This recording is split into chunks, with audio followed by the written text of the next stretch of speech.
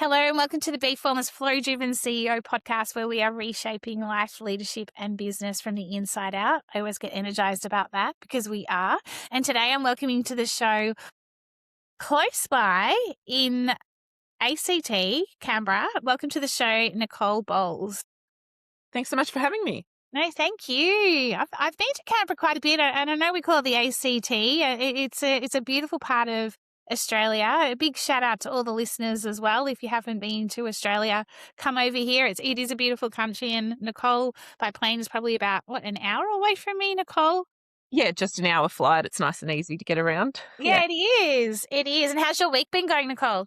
My week has been going well. We're in the middle of seasons, so it's quite hectic, but the team's tracking along quite nicely, and lots of basketball being played, which is exciting. Yeah, amazing. Oh my God, one of my favorite sports. So let's get on into it.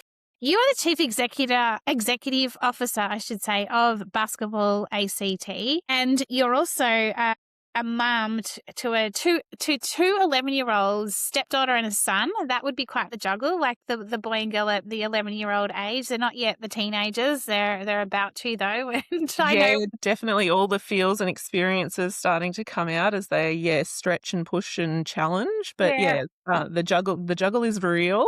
Yeah. Between it all, between work, school, and all their sport. I could imagine. But wouldn't have it any other way. I love that. I love that so much. And it's so funny. Here we are, we're talking about basketball and we'll get into it. And, I just think about a ball and just juggling it all. It is a constant juggle, right? And it's kind of like, and it's okay if it drops, it's just pick it back up. And so you, I guess for me, Nicole, what I loved when I was exploring about you and bringing you onto the pod is that you are actually exploring a different approach to leadership. And it is an approach that is so required for where we are in the world right now. And that is one that is grounded less in performance and more in presence. And I just don't think we're exploring that enough. So I'm looking forward to having this discussion with you. So as CEO of Basketball ACT, you lead, one of Australia's largest basketball communities. You support thousands of participants, coaches, officials, and volunteers across every level of the game. And yet your leadership journey has increasingly centered on something far more deeper than growth, and that is results or authority. And so the important shift that emerged as you moved away from the belief that leadership requires constant proving, controlling, or pushing, instead you became interested in what happens when leaders create clarity, alignment, and trust. And so then how does culture change when people respond not just to what a leader says, instead to who they actually are? Your journey reflects an intentional shape shift from leadership as performance to leadership as presence. And we were just talking pre-show, there's still there's definitely a need for presence. There's a need for purpose. There's still a need for performance. And of course, the people. It's just how you integrate it all together. At the heart of your work sits a simple question. What becomes possible when influence is built on trust rather than control? Tell us a bit about your journey. So, I've been working in sport my whole life. I suppose, being a sports person since, I could probably crawl, if my parents would tell you, in terms of that. So, sports administrator, worked in netball previously. Yes. I am a netballer by background, you'd say. I've never actually played basketball. Really? Yeah. I reckon though now I could, which is quite exciting, but still haven't stepped out on the court. So worked in netball for over probably 10 to 15 years, and then decided for me to extend my leadership journey and take that next step in leadership. I needed to move out of the sport, and then found a position as the general manager here at Basketball ACT to the previous CEO, who was a really great mentor for me, and basically helped prepare and extend and push me to take on and throw my hat in the ring when the CEO position came up. And then here we are 3 years later, and I'm still sitting in the chair, which is exciting. Incredible. Tell me a little bit about that netball. Like you're a netball player. You take on a role in netball, and you made this point just before around to really extend yourself. You need to get out of the sport that you'd grown up with and you'd loved. That must have been quite, I guess, like courageous for you to do that, because quite often, you know, we can stay in our comfort zone, you know, like when we're in a role or, you know, kind of in life, and then here you are going, there's something more to this and I need to explore it. What was it? What was the clincher for you that made you go, I need to explore and pursue other opportunities? Other opportunities, yeah. So, you see, I see this quite often in our industry that, you know, people come in and they have a real passion for the sport and what you do, but there's one thing to be a fan, a participant, a consumer, to working in and seeing sort of, I suppose, you know, how the sausage is made behind the scenes in terms of that. And I often see that in people across as to how they, yeah, then it either becomes all consuming because their whole life is around that one single sport. And that's probably where I got to in netball. You know, I played, I coached, really highly engaged in the sport. And then just from a leadership perspective, then probably was not challenged enough to then be able to step outside my comfort zone. So needed to go find that elsewhere. And yeah, sort of realized that I reached the ceiling in terms of where netball was going to take me. So yeah, as you said, made the move to come across to a sport that I knew nothing about, but knew that it was having some really good things happen for it from a business perspective. So yeah, jumped on board. Yeah, amazing. And so tell us a little bit about the basketball industry and the community, and because it just feels like it's just continuing to grow. And the fact that you have created, well, you know, the company that you're with, you and the company, you know, it's the community you're creating. Yeah. Tell us a little bit about that.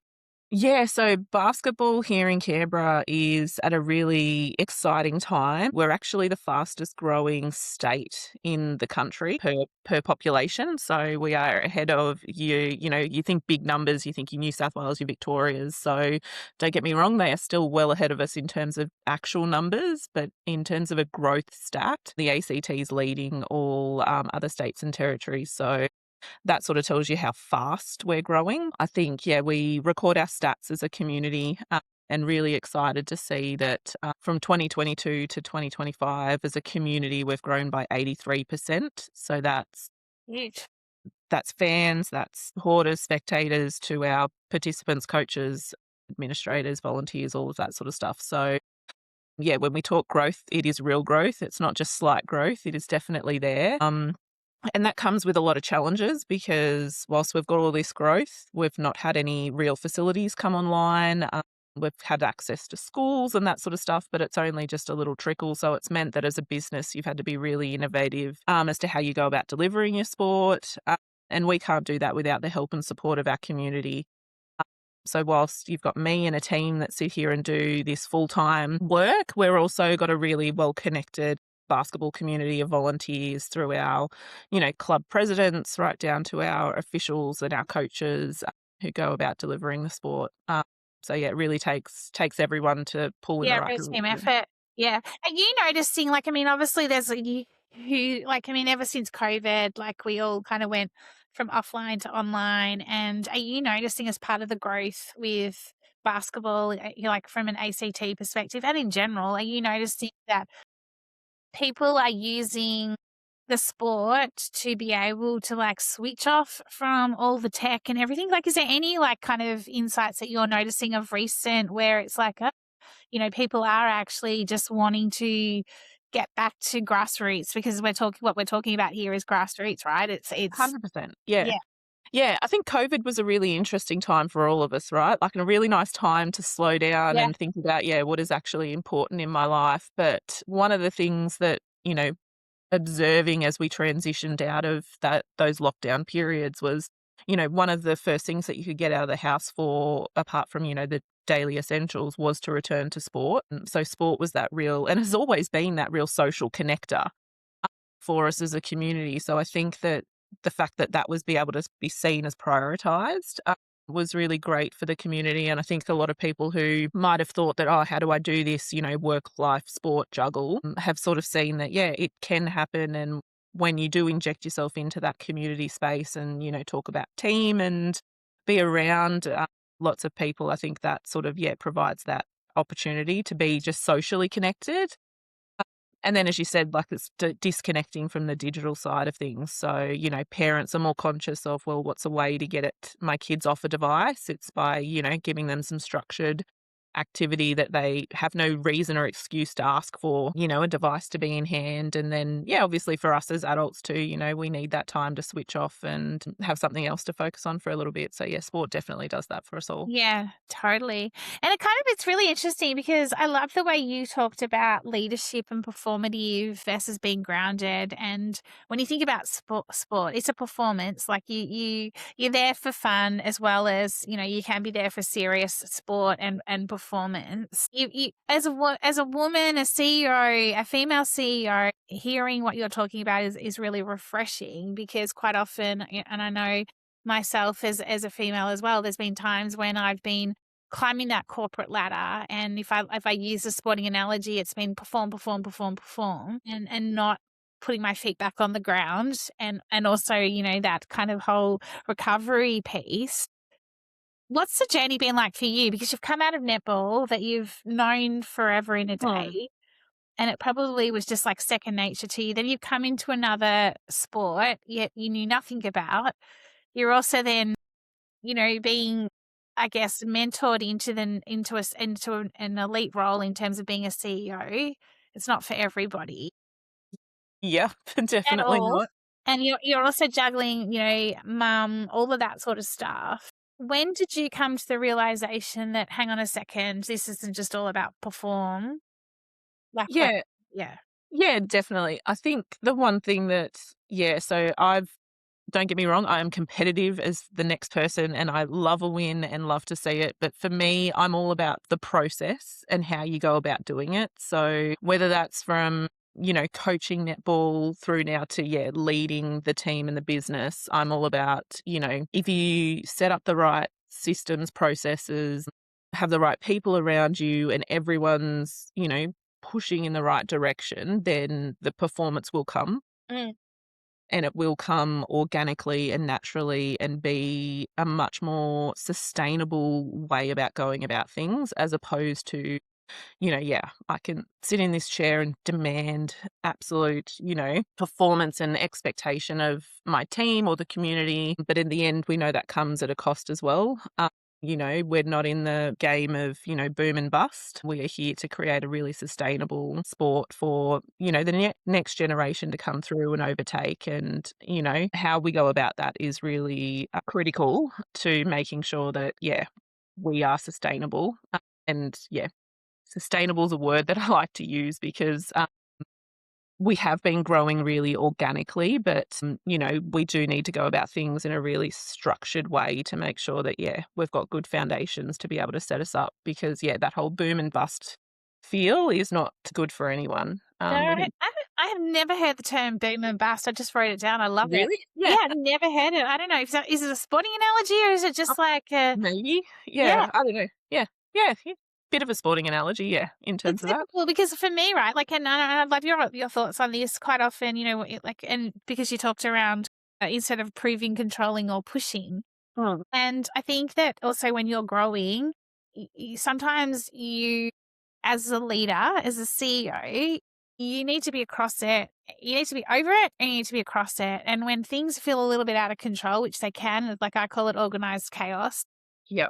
I don't know about you, but I kind of sometimes go into controlling mode. And it's almost like when you're pushing, like you say, and demanding and setting all these expectations, it never gets you to where you need to get to because the team, not everyone has a different dynamic. So like you Yeah. say, how do you I guess invoke those what I well it's not what I call it, it's a proven flow science thing, which is the group flow triggers. How do you get the team to work together in a flow state, if you like, because that's when you are going to get them focused at like showing their brightest, Mm, feeling and performing at their best. yeah, How do you handle the pressure? Like, because you clearly would, as a CEO, there's days when it's just pressure, right? And then 100%. Yeah. Yeah, pressure, the scrutiny, I often say, if you want to go into politics, work in sport first because you definitely are exposed to, that community criticism and constant feedback loops on where you're at and how you're going as an organisation. So, yeah, anyone out there wanting to go into politics, come work in sport, because you definitely get a roller coaster ride of all of those things that you need to take into account. I think where I'd start is probably with recruitment. So, as you know, you need the right people doing the right jobs at the right time in their careers. And so if you don't have the right team around you, then it's really hard for those things to create synergy and flow amongst the team, as you say. So they need to be where they're at. One thing I have learnt over the course of my leadership journey, as we all do, is that balance between being informed, pushing for performance, and then controlling. So how that's a really big juggle. And you've got a team of individuals, right? So everyone needs something different from you at every stage, or every hour or every minute, depending on the type of conversation. So to be really adaptive in how you go about having a conversation is really critical as a CEO. And I think that that's probably where being a coach has really Yeah. given me quite good insight, because and a coach of a team sport, so had that. I suppose I've constantly been working on this. How do you get a team to work together, but whilst knowing you've got, individuals within that, and that you need to adapt your message slightly to everyone, and you need to know who you can go and have a really direct conversation with, and then others who you need to be like, so how do you feel about this and why, and unpack it for them that way and lead them down that path to finding it. So, I think it's about just adapting who you are as a leader, and two, at times taking on board feedback from your team. Great. So really important for me is that, whilst the buck does stop with me and I will protect my staff from a lot of things, I'm mindful that, if there's things that I've done that need to be, discussed or corrected or reviewed, I'm more than happy to sit down with them and have that conversation. And I say this from the community as well, if there's things that we've done that need to be reviewed or addressed or aren't sitting well with properly, then come and have a conversation and let's unpack why, or, challenge appropriately where, so that we can all understand why we're coming from each side and what we're looking at and hearing. So, yeah. Yeah. There's a lot of parenting. It's just come up for me, right? Like parenting and patience. Like there's so much patience when it comes to parenting. And I've not really brought this up with anyone before. Like Yeah. there's a whole piece around applying a parenting way with the team that Mm. you have or that you're working with, isn't there? Because some days when Yeah. your team is your child or is screaming, Yeah. I don't have children. I've got my little puppy. And I walk past people sometimes. I'm thinking, oh my goodness, like, and they're Why are they just doing that? Yeah. yeah, they're just being so like they're just being so present, and they're just not even entertaining some of the crocodile tears, if you like. And I think in a team, there's drama, there's crocodile tears, there's all of that. So it's knowing also when to respond and when not to respond. Do you see there's like you laughed at me a little bit when I was saying around the parenting Think piece. side of things. Yeah. Yeah. Yeah, definitely. 100%. I think that, you need to know your individual and know your audience and know when, life is just a tough day and they just need to be left alone to work through some things themselves, or when it gets to a point of, let's all get in a room and let's sit down and nut out, why do we keep hitting this roadblock or having this problem? How do we problem solve it? Those different types of things. Or when you need to be that disciplinary parent to go, like, we've not hit the mark here. Why have we not hit the mark? And realigning that expectation to go, so this is where we need to be at. I definitely laugh in terms of that because it's parenting. And I think the sports industry is a really interesting one too, because lots of people come into it thinking that it's going to be all the glitz and glamour of what you see on the court or on the field. And most people probably want to work in professional sport, and they don't understand what sort of sits on the other side of the fence in terms of running a community sporting organisation or a state sporting organisation, is that you need to be, those all things to all people, because, we are the person who wants to come down of a, Thursday night to just shoot around and unwind, and we need to make sure that they have a really great fun social experience all the way through to, our performance team want to be producing, opals and boomers. So how do we make sure that we're pushing all of our athletes and coaches to be developing a pipeline of athletes to be able to go out to that? So yeah, you need to be very adaptive in how you approach that. Tell us a little bit about that, because criticism came up for me as well. Like, it can be lonely at the top as a CEO. I've had various conversations on this where some people are like, "No, it's not lonely," and I'm like, "Well, it was like I think for me it was personally at times lonely because you are taking on all the weight of the world at times as much as you've got a team around you." You mentioned before, there's times where you protect your team, so you don't share everything with them.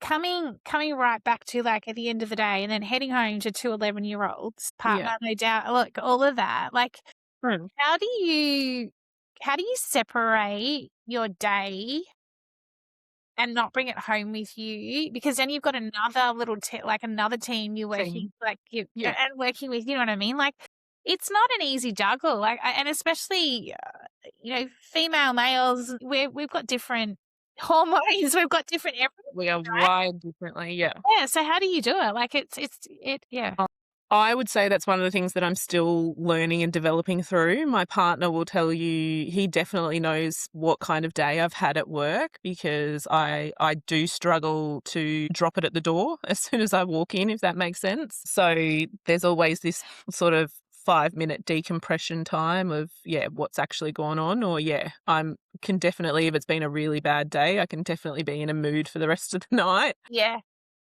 But I think that he's really good in supporting in terms of prompting me to get out of that and realizing that, yeah, I do have a really beautiful family at home that I need to be present for. And yeah, it gives me a healthy dose of reality at times, to make sure that I do that. But yeah, it has been something that I've worked on, and I've worked with, leadership coaches and counselors in terms of, what are some of the things that I need to do to be able to do that? So one of the tools that I use, I actually live 35 minutes away from my office. So that trip home for me is really critical, to have a point in time where I, really start to switch off from thinking about work to then how am I going to, yeah, be at home and those different types of things. So I generally like to take the last 10 minutes of my journey to either, yeah, turn the music up really loud and blast out a song, or, just take the moment to start offloading some of that work stuff before I walk through the door. So that's sort of one of the key things I've been working on this year, I to be love that. able to do that. There's a whole research piece around this called the third space. Have you heard of Yeah.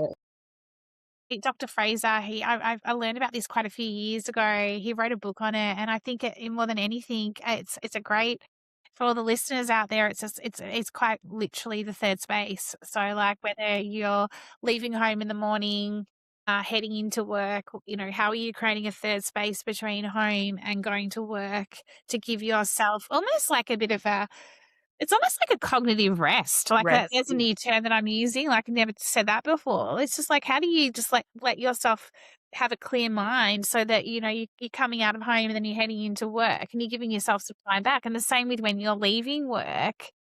Like, it's again, I just think we need to be allowing ourselves, and what it says to me, it just comes right back to presence, right? Like, in that moment, 35 minutes driving home from work to home, I'm sure you probably take a few calls and you kind of just debriefing in your own head.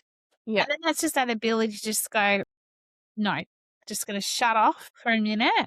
And it's like, Yeah. how do I have that active recovery break so that by the time I get home, I Yeah. feel better and I can show up to my family in a place that is coming from what you call it out in your response to my question when booking in for the pod around alignment, because we quite often as leaders, we get so misaligned or disconnected, and how do we then connect back with ourselves?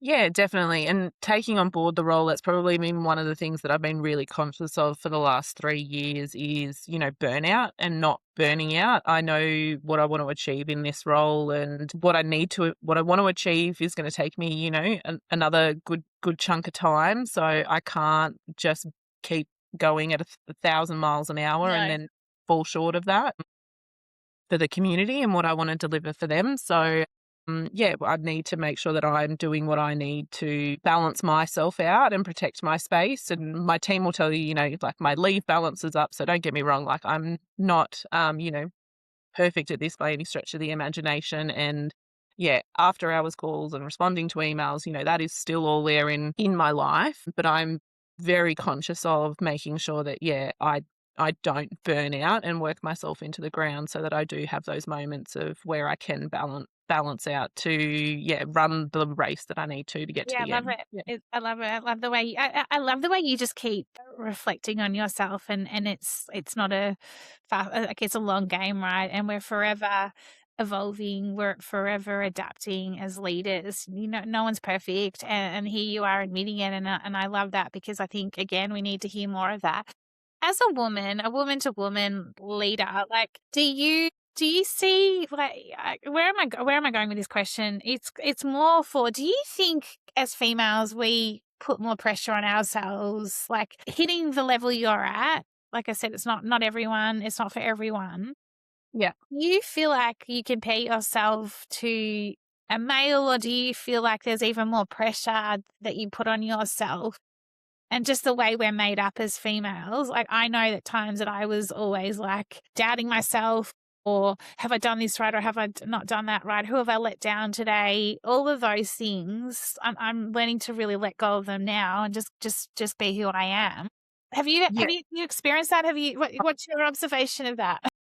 Yes, on a daily, hourly basis. I think that, yeah, as you can tell, I'm quite, as you've picked up on, I'm a reflective person. So I'm constantly, and at times probably to my own detriment, going, yeah, was that the right way to respond? Have Yeah, I taken everything to account? If I haven't done something, then I'm very hard on myself for yeah. letting that ball drop. I used to refer to myself as a perfectionist, and I'm recovering. yeah, recovering perfectionist. I don't use that term anymore. I've been able to reshape that in terms of how I see that. But that's taken a lot of work, both professionally and personally, to be able to work through. But I think that, yeah, it is definitely hard, and I think we are our hardest critics. Yeah. You know, and that's probably come through with. So I signed a new contract this year to stay on as CEO here, and it was really nice to hear parts of the community come out and be like, I'm really excited for you, glad you're staying on, and those different types of things. And you actually don't get a lot of those moments to reflect on. Oh, okay, right. I am actually doing okay at this, and it's not all, it's not all, you know, terrible and the Doom and world's gloom. failing and that I'm not delivering. It is, okay, I'm actually doing okay, and people are grateful for me sitting in this role and what I'm able and my vision to achieve for the organization. And it's not just me sitting here going, yep, I'm doing well and yay, go me. That there are actually people around who go, yeah, no, you're on the right track. Because yeah, at times super critical of self. Yeah. A lot of my, yeah, probably exposing too much here, but yeah, a lot of my emotional downloads at home are all around probably what I feel I haven't done well, and been able Gosh, to work we on. we're all we're all we're all good at that. Yeah, I wish we weren't sometimes. It's like that male female energy, right? It's just like sometimes I'm just like, stop, you know? yeah. Yeah. No, but I think too that's where by having that network around you, like so I Yeah, spoke about my support. partner before and him being able to give me that reality check at times and support.